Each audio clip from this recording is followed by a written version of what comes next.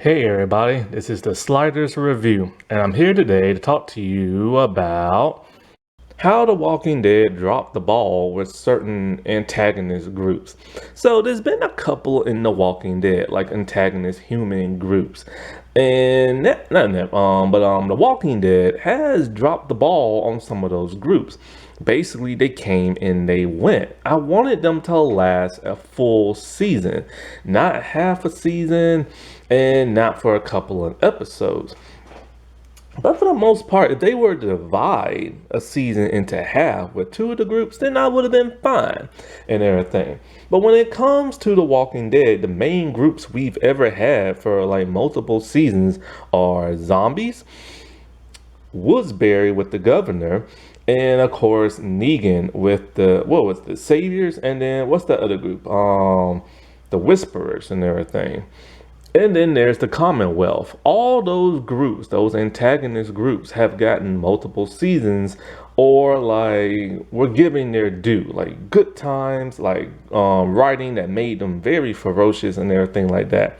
But then there have been some minor groups that hasn't had time to shine, and they was only introduced only because they needed a villain of like a couple of episodes and a couple of weeks.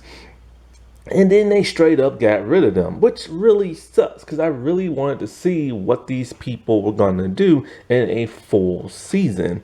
And some of these groups are like, the Claimers, the Wolves, the Grady Memorial Hospital, and Terminus. And one other group, Rick's group. Yes, the main protagonist group. And so it's always frustrated me how they never really had time to shine on the show. The Claimers were really interesting. They were basically a ragtag group of like survivors who are rough, kind of like outlaws in a way. They were thuggish at times. They had a unique style. Basically, they claimed stuff in their group so that there wouldn't have to be like divide between the members because they all got along pretty well. Basically, what they would do is that they would go into a community, raid the group, steal all their supplies, and whatever they wanted, all they had to do was look at something or a point and say claim that is theirs, and nobody's gonna argue about it. And even if they were just to go somewhere, say, see, one of them sees, like, I don't know, wanted to have squirrel for like dinner. He'll see the squirrel, he'll be like, claim, and then he'll go kill it and eat it. That is how it's done and everything. It's a really unique, fascinating approach to like the New World Order and everything. And for the most part, they never fought, except for when Daryl joined the group, and then he had problems with the dude with the arrow, with the bow and arrow. And so that is just their law. You claim, you take, that's it. But this was a terrible group, and Daryl Dixon found himself upon them. When Daryl chased after Beth, who was kidnapped, he lost her trail. And so he found the Claimers, and they took him in. And at this point, the whole like prison group was like disbanded, and Daryl just couldn't find his place, and he just joined the group. He just wanted a place to belong. And so they took him in. And so Daryl knew he had no business being with them, but he still was with them anyway. He didn't know the extent of what all they did. He just assumed they just went places claiming stuff, and that's it. But it turns out the Claimers are way worse than that. They murder people. They sexually assault people, women and children. And so when he started to find this out, he didn't want nothing to do with them.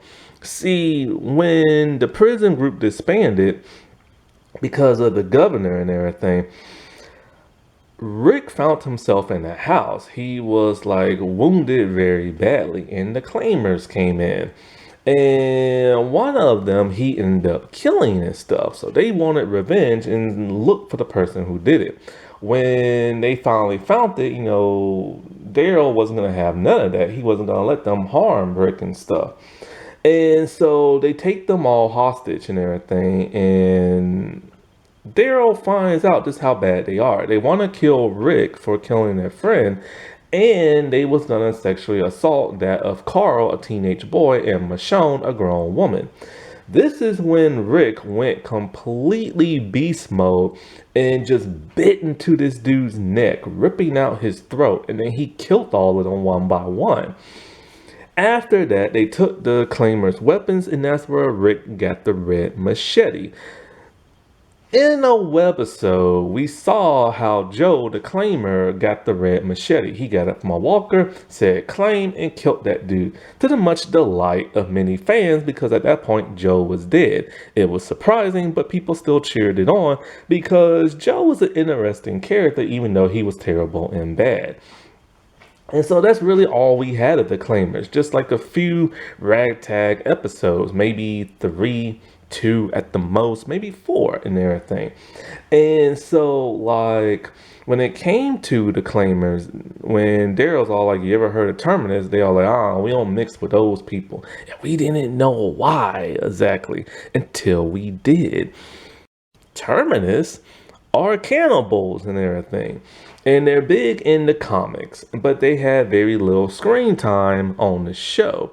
Basically, the people of Terminus, like Gareth and all them, they was tricked by the people of Terminus, the original ones, and they was gonna get eaten until they escaped, killed those, and ate those people. They realized, like, look, ain't that much food left in the world. Might as well start eating humans and everything. And so they did. They lured people into Terminus. Then they captured them, banged them up in the head, let them bleed out, hung them, and then, they ate them and all that other stuff. Rick and his people were captive, and Rick was all like, yo, we gotta fight to survive. Every time they tried to bust out, the people of Terminus one step ahead, until Carol decided to go all commando on them, which caused Rick and all the others to escape. But, the people of Terminus wasn't gonna let that, fly with them. So they kept hunting them down. But we really didn't get to see them on screen much. They was off screen. So then one of them met Tyrese and, was gonna harm the baby Judith and everything. And then they took that person out. And then once again, they kind of disappeared. Then there's the whole tainted meat episode where they found this one dude whose name I can't remember. And so basically they found him in the woods and they cut off his leg and started eating it. Only for him to reveal that he's been bitten by a walker and you've been eating tainted meat. And we actually get to see them eat that dude's leg, which is disgusting. Anyways, when they go into the church, because they still want to kill Rick's group and everything, they go to the church thinking he's there, but it's an ambush. And Rick went beast mode once again with that red machete and killed all of them in a very brutal way inside the church. And that was the Terminus arc. It was short, it was brief, and I wanted to see more. Then there are the wolves, a very unique, savage, almost psychotic group. Basically, their motivation is that people shouldn't be living in nice homes and communities during the apocalypse. And so they wanted to free those people of that. They would round up walkers. They would kill a bunch of people and round them up with music. Basically, they would go into villages, kill as many people as they would in a very sadistic kind of way. They had the W card, I think, in their heads, and then they would card the W into other walkers and stuff, marking their territory. And then they had the whole wolves not fear, graffiti they were right around and everything. They weren't the strongest of all groups. They were pretty weak, but when tons of them would form in a pack, they acted like wolves and would kill the crap out of people. And they led a bunch of walkers to Alexandria, where Rick and them people were. And this caused the biggest chaos of them all. This is when we lost a lot of people in one of the best episodes ever. And so the people in the wolves, they tried to talk, to these people to have them regain their humanity, but they didn't want it. And at one point, it looked like one character was about to regain his humanity until he got it and stuff. It was a very, very short lived group, but they are responsible for killing Noah's people. And they are inadvertently responsible for killing Tyrese, because once they killed Noah's people, one of those people turned to a zombie and bit Tyrese. Still, it would have been fascinating to see them a lot longer. Now, the people at Grady Memorial Hospital, I don't know. Sometimes I feel like we saw enough of them just to get a good feeling of who they were. So, you know what? I'm gonna leave them off the list. But it would have been nice to see Rick's group live with these corrupt police officers and stuff. Basically, these people would round up survivors and take care of them, but they wanted you to pay your debt off. So you had to like clean up the hospital and stuff like that. It was run by crooked cops. And so they would kidnap people, make them live in the hospital, and whoever had beneficial skills would get to stay there. However, they don't need two doctors, they only need one. So if they brought in another doctor, they was going to get rid of the other one, which caused the other doctor to get rid of that person.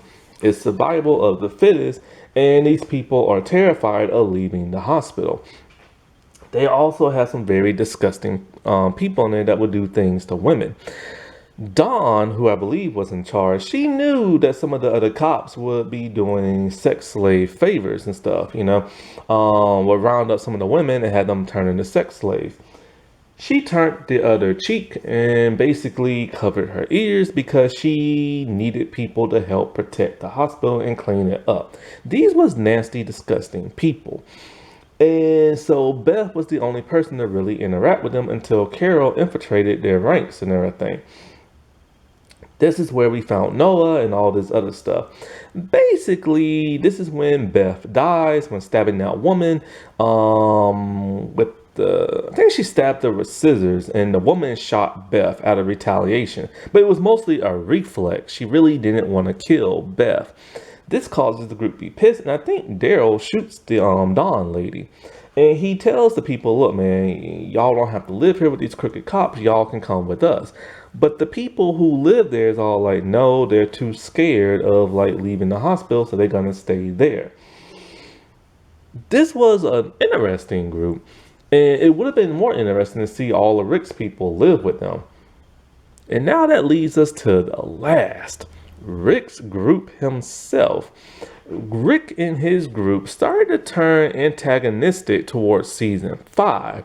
They was hungry, they was starving, they had no place to live, they was traveling on foot, they had to eat dogs, and they got to the point where they realized humans are the real enemy and not zombies. So Rick and his group took no chances. Rick went to the point where he just didn't want to trust people no more. And it was to the point where Rick was a split hair from literally murdering innocent people just to keep them safe and everything. This is when they got to Alexandria. He realized the people there don't know how to take care of themselves because they live in a community. They ain't been out in the real world in a long time. They haven't had to survive. They think they're safe. Rick told them, you're not safe. Rick started to turn into Shane. He even had an affair with a married woman. And he killed that woman's husband and everything. And so, and the reason why he killed that woman's husband is because, what was it? He killed this woman who's the leader's husband. And the woman told Rick to do it. And Rick just straight up shot that man.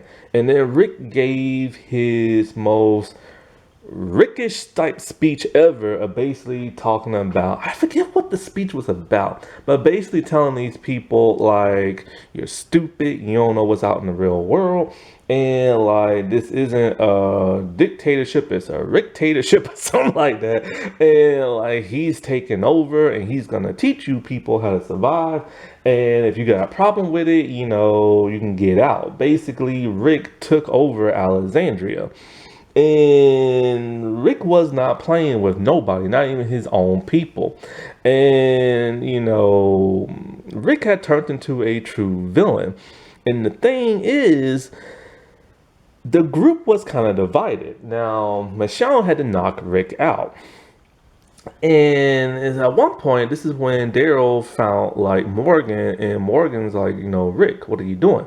Oh, wait, I'm getting some stuff confused. Rick had two speeches. When he was the cop, he went crazy in the head, and he's talking to, and that's when Michonne knocked him out.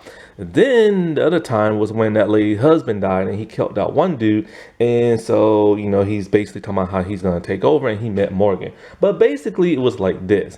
When Rick's group was divided, you had Daryl, who was out with Morgan.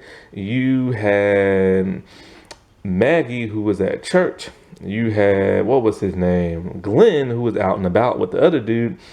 And then you had all the other ones. I truly believe Abraham, Rosita, the big guy, Eugene, maybe Sasha and everything would have joined Rick in his crazy dictatorship and everything. But then you would have had the other ones on the outside kind of like, yo, man, this ain't cool. So they would have caused division. And so a lot of people wanted to see our protagonist group actually turn villainous and everything for a short period of time because they just had enough. And even in season 6, Rick was kind of like borderline, is he good, is he evil type thing. Until Negan showed up and turned his behind good again because he scared the piss out of Rick and everything. And so it always frustrated me how, like, these other groups got like the short end of the stick. They should have lasted a whole lot longer on the show, in my opinion. Alrighty, well, I'll talk to y'all later. Bye.